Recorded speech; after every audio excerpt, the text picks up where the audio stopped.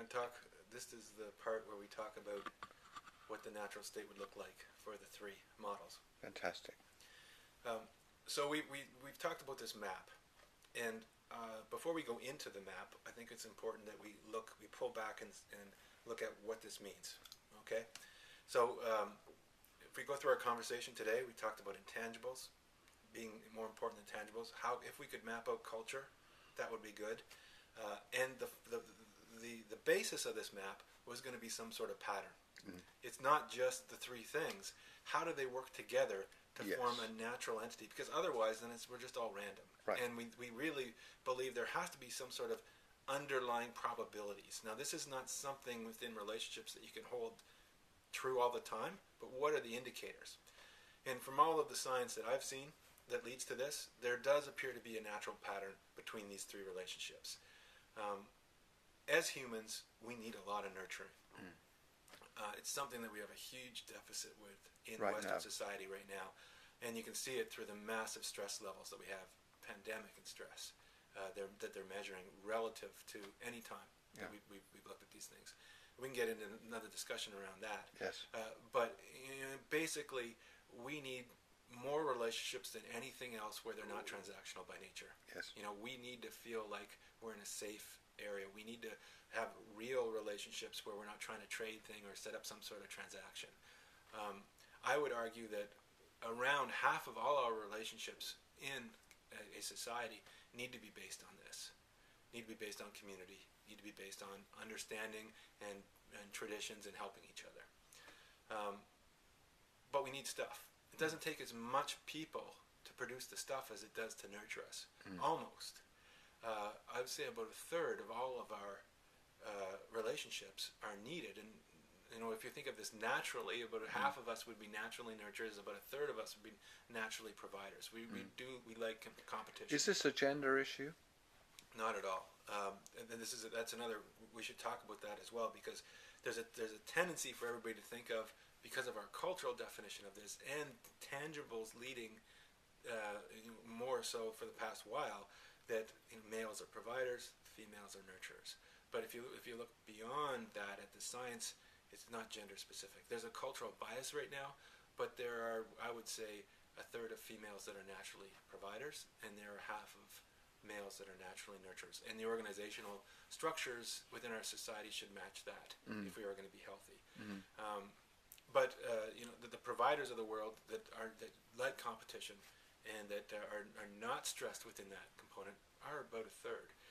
And we need thinkers, we need idea people, but not as many as the ones that are doing everything, which is 5/6 of the world is actually engaged in the day-to-day for the most part. About a sixth of the world needs to have relationships where we're thinking of how are we going to change things. Yeah. Not as many because they don't do that much. No. But we need those. So if you pull back to that general idea, then you see there's a pattern here. 3, 2, 3, 6, 2, 6, 1, 6 pattern. Almost creates a spiral. And this pattern you can see, I believe, in other entities and natural components of life. Well, it is part of the Fibonacci. That is part of the Fibonacci sequence, actually. So there's basis to believe that the values would work with this as well. Where this becomes useful then is if we understand at a societal level that there's a outcomes that we need for each one of these. Yes. So there's outcomes around nurturing, whether it's safety, whether it's health, whether it's mobility, whether it's your shelter, those kind of things. We have focused a certain amount of our rules to make sure we have these things. We need stuff, so we need capital, we need markets, we need all this stuff. We have to make sure we're open to those. And we need ideas, so we need organizations within that. But if we're out of balance, in terms of the 3, 2, 1, in the amount of emphasis on these things, we're not going to be able to grow in a true way as a society. So it becomes useful to say, okay, what emphasis do we have on each of these three areas right now in society? At first glance, we've become so transactional that it is predictable that we cannot continue at this level. Yeah, because I even look at, if you look at even science today, top-end ideas, if you're not coming up with ideas that immediately go into the provider thing, we're not interested. Right, and we got to that's odd, And if we look at government, healthcare is run as a business. Yeah. In the United States, and and even the debate about healthcare now is no one's questioning the fact that healthcare is run as a business. Yeah, and that's based but there on might this model, be some providers. I was just thinking on the way back, you want your surgeon to be a total winner, don't you? Well, they are going to execute something that is a finite outcome. So you want them to focus on that finite outcome. But if they are still not bought into the higher ideal of health, they shouldn't be a surgeon. Right. They're still not a businessman, but they're green, but they've got a lot of red in them. Yeah. Relative, their color is going to be way over on that side. Yeah. Yeah. But the way you would use this model or this map, if we look at it that way, there's that sort of macro level of that. That might get a little too complicated. It's easier actually from an organizational standpoint to do one of two things. The first thing you want to do is position, knowing that we need all of these roles. Yes. These three roles, and that inherently every one of us gets this. Yes. We might have a lot of blocks in it, but we get. Even if we're as red or we're blues, but we know we need these things. Oh, I know myself. If Robin, who is a perfect nurturer, creates the stable environment to enable me to be mainly a renewer, but a bit of a provider. Mm-hmm. And without that, I'd be off in space somewhere. Right. And I think if everybody intuitively gets that, it's just that we haven't been able to articulate it because we're always looking at tangibles instead of the intangibles. Yes. And we talk about outcomes in a different way as opposed to what the roles are.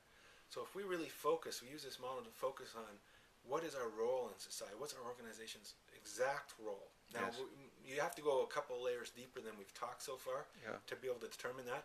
So if you're a nurturer, you would say, okay,